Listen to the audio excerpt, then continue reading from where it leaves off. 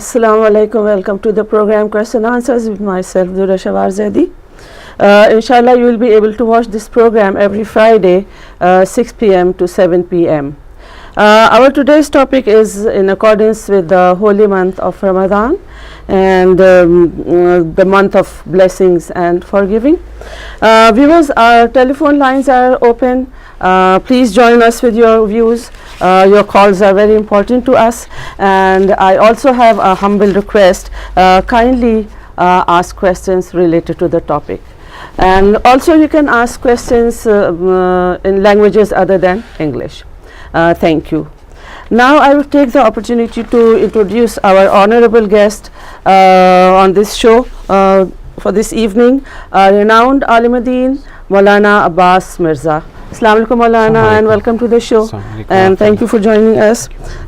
So MOLANA, I would request you to kindly shed some light on the blessings and on the for the month of Ramadan to our viewers, and please say something. Bismillah ar-Rahman ar-Rahim, wa bihi nasta'in, wa huwa khairu nasirin wa mu'in, wa sallallahu ala Muhammadin wa alayhi tahirin. Assalamu alaikum to all our viewers, and greetings and felicitations upon the month of Ramadan, the blessed month, the month of mercy, forgiveness and barakah. Inshallah, may Allah subhanahu wa ta'ala give us all the strength and tawfiq to fast the fast of the fasters, and to do the qiyam of those who truly does qiyam, which also pointed out to in the first day dua of the month of Ramadan.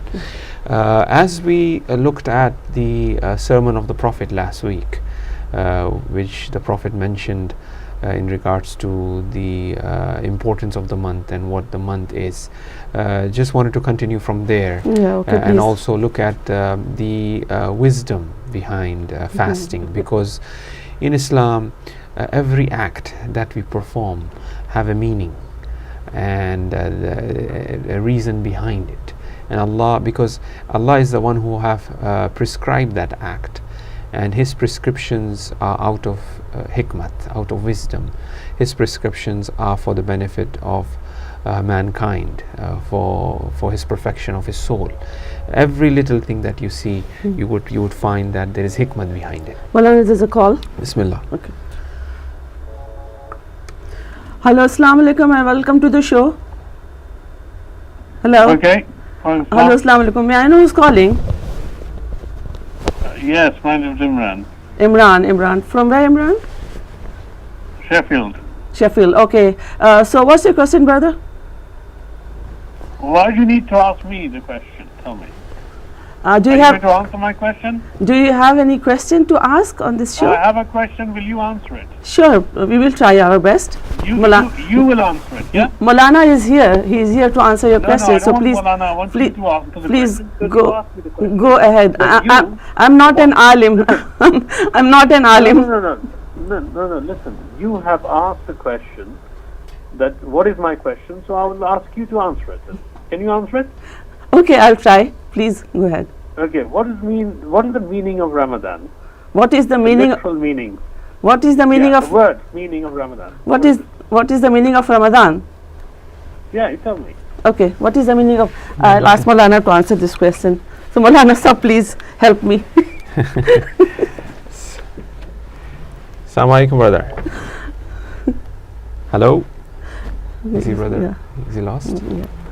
You can answer. Yeah. Yes, Ramadan is to rein, as we say that when a wild sort of horse is trained, in order to really control, to fully control that.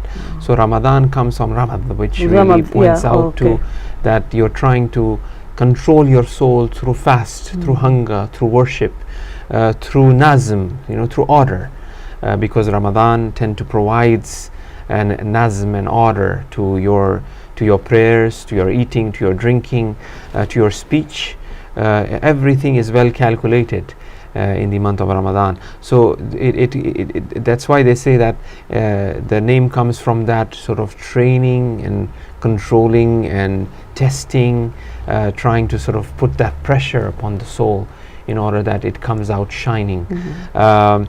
We also find that Ramadan is also the name of God. It has been mentioned in the traditions, Ramadan as the name of Allah subhanahu wa ta'ala. And perhaps the Imams point out to that, do not say Ramadan by itself, say Shahru Ramadan, say the month of Ramadan.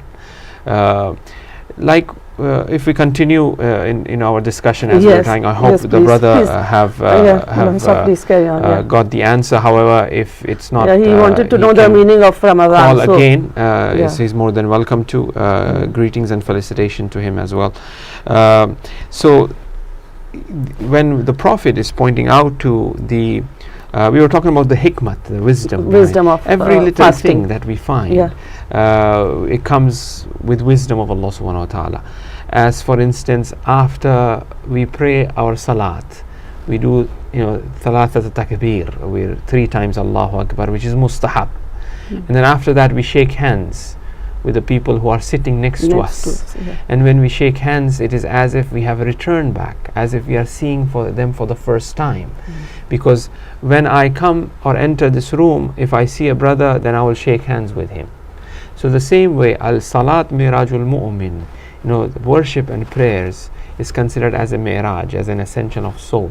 So when I have traveled and then I return back and then I shake hands, it is as if a second visit of the brother who is sitting next to me. I have left, I have traveled to the heaven.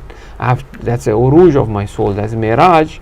I finished it, then I said, assalamu alaikum wa rahmatullah. I give salams to the mu'mineen who are next to me. If you pay attention to the salam itself, it begins with assalamu alayka ayyuhan nabi. That's the daraja awla. Assalamu alaykum ya ibadillah salihin. That is the daraja sani, that's the second level. And assalamu alaykum. So basically now I'm back on earth and giving salams to everybody who is on this earth. And then after that I give salams to the people who are sitting next to me, or the angels, and then I shake hands with the brothers who are next to me. So therefore, the ahkam that we have in Islam, it comes with wisdom. So there is hikmat behind the fast of the month of Ramadan. If you look at all times, it belongs to Allah subhanahu wa ta'ala. Every zaman belongs to God. Every zaman belongs to God. But Allah have mentioned the month of Ramadan as the month of barakah, blessing, of the barakah, of maghfirah and rahmah. So this zaman, this time, period, the phenomena of time, this particular time becomes a unique and special. Although all zaman belongs to Allah, but this zaman becomes very unique. So this points out to the hikmat behind the zaman itself, behind the time itself. There's some wisdom behind the time. There is an importance of time. Through the month of Ramadan, yes, it is true, we don't really need, we know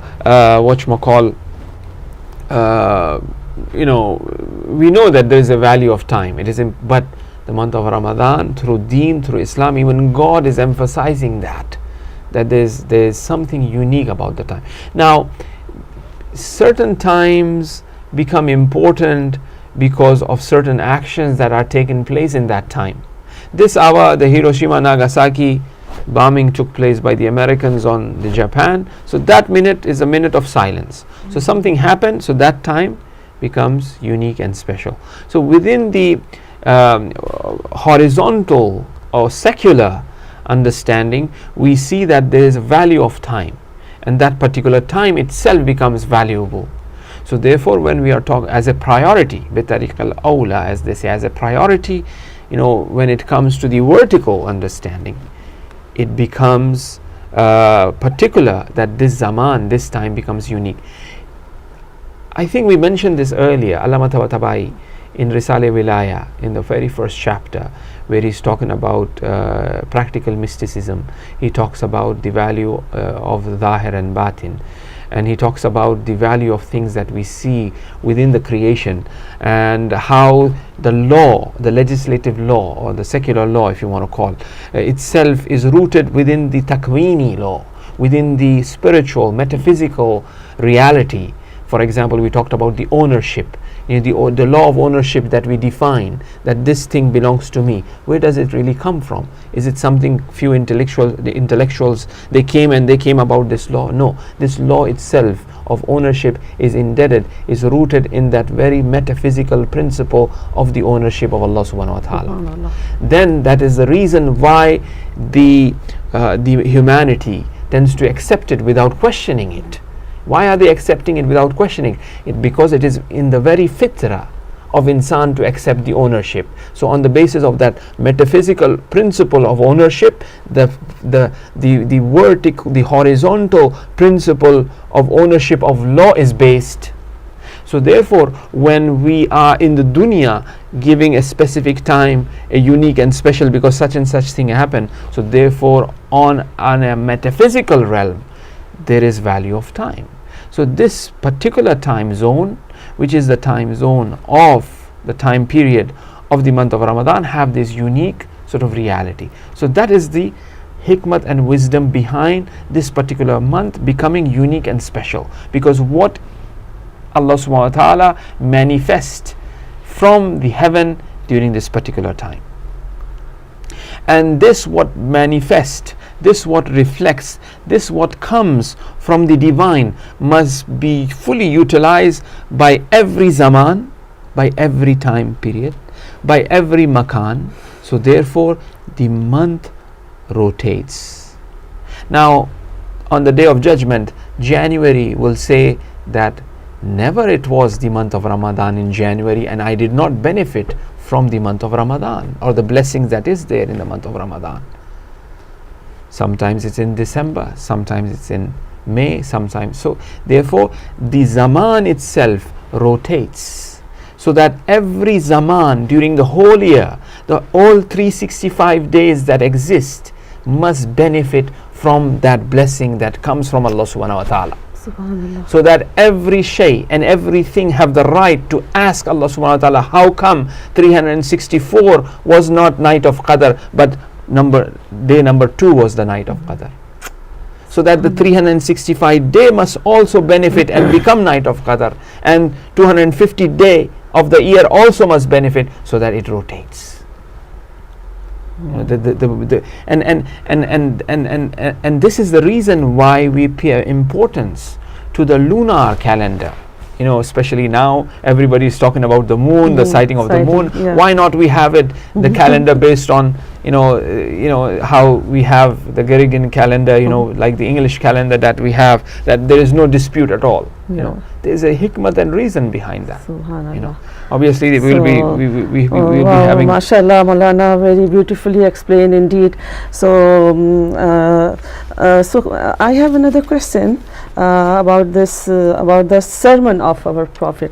What do we understand from the sermon of the Prophet about the munajat, the Shabaniya, of the Khutbah Shabaniya? Yes. Khutbah Shabaniya, yeah. As we said, there are certain points that we find within the khutbah itself. Number one, it points out to the philosophy of time, and the importance of time that the Prophet is clearly pointing out to. The second, in this we point out to the importance of the Quran, that the Prophet points out that this month in which the Quran will be read, there's one verse of reciting is that is the second point, important point that we see in the khutbah of the Prophet. And the third point that we see is that humans, insan is of two dimension. One is the outer dimension and the other is the inner dimension. So therefore the Prophet is asking in the sermon that purify your inner dimension, that you might have this through these outer implications of hunger and thirst, of attending to the need of the seniors, of attending to the need of the youngsters and the orphans and so on and so forth. So man have these two dimensions, the dimension of this outward aspect which really requires in Zahir and Batin. And as the Masumeen and the Prophet also have said, the fasting is good for your health and also for your soul. Fasting is necessary. It is a zakat. It is a zakat of your badan. It is a zakat of your body. The body of zakat is fasting. So through this fasting, through not eating, through not drinking, I'm purifying my body itself. where I'm pretty sure the television, the Hidayat TV have discussed these issues and the health issues in regards to fast as well. So therefore the khutbah points out to that there is a zahir and a batin of an insan, there is a value of time, the importance of the nuzul of the Quran, and also points out to that how Allah subhanahu wa ta'ala have honored insan, have addressed insan amongst all the being, amongst all the creation. لَقَدْ قَرَّمْنَا بَنِي آدَمَ, as they say, we have honored Bani Adam. So when the Quran is saying Ya ayyuhalladhina amanu kutiba alaykumus siyam, with respect, it says amanu, it's with respect. So when Allah is addressing Bani Adam, it is pointing out to that the importance of Bani Adam, that they also have a value within themselves. So we find these things within the sermon of the Prophet. Okay, Maulana, mashallah, beautifully explained again. So when our Prophet says that Allah we are the guests of Allah, and Allah has invited us in this. What does he mean by that? Are we not the guest of Allah subhanahu wa ta'ala each and every day and 24/7 of our, we are guest. هو الذي خلق لكم ما في الأرض جميعا. He is the one who have created whatsoever is in this world, in this creation, in this earth. Whatever foods, drinks, staples, whatever we are enjoying on this earth is from Allah subhanahu wa ta'ala. We are eating, on His food mat, we are at His, by His invite. It is Him who have invited. But this once again points out to the hikmat of the month of Ramadan, that inner reality of the month of Ramadan, that this month Allah have dedicated, that it is my month. Just the way every makan is the makan of Allah, there isn't any makan without Allah. But He says this is my, month, my zaman, month as a zaman, particularly to Him He has dedicated. And He's saying that I am the one who is inviting you for a special invite. Although, we are all guests of Allah subhanahu wa ta'ala in this world, but in this one it multiplies. He's saying this is the month of invitation. Although you are invited, but come for some special invitation. Subhanallah. There is some special invite. And when you look at it, in this special invitation, there is another special invitation, which is the conclusion of the month, which is the nuzul of the Quran, which is the Shab Qadr, which is the night of Qadr. When you have, first of all, when a sort of like big figure invites you, for instance, then you prepare yourself. Then you prepare yourself, you buy clothes, so on and so forth, you get ready, you are all excited, and then you enter that place, and then the invite is there, only few chosen people are invited, right? And then in the end there is some special sort of concluding part of the mahfil, which is very important. The concluding part is very important. So in that concluding part is that the nights of Qadr Allah places, the nuzul of the Quran. He's inviting, and He's also at the same time giving us the gifts, the greatest the gift that man could ever imagine, which is the Quran itself, that been given by Allah subhanahu wa ta'ala. So this invitation, where Allah is saying, where the Prophet says that this is the month in which the Prophet says, Allah has invited us. shahru du'itum ila Allah, He have invited you towards Allah subhanahu wa ta'ala. Subhanallah. So here we are, in this month already invited by Allah, but a special invite. So we have to be extra vigilant, to be more extra careful. Although we are eating from Allah's, food mat, but in this month we are eating with a greater tawajjuh, with a greater focus, because He has invited us. And an invite, what an invite! An invite with thirst. An invite, what an invite! An invite with hunger.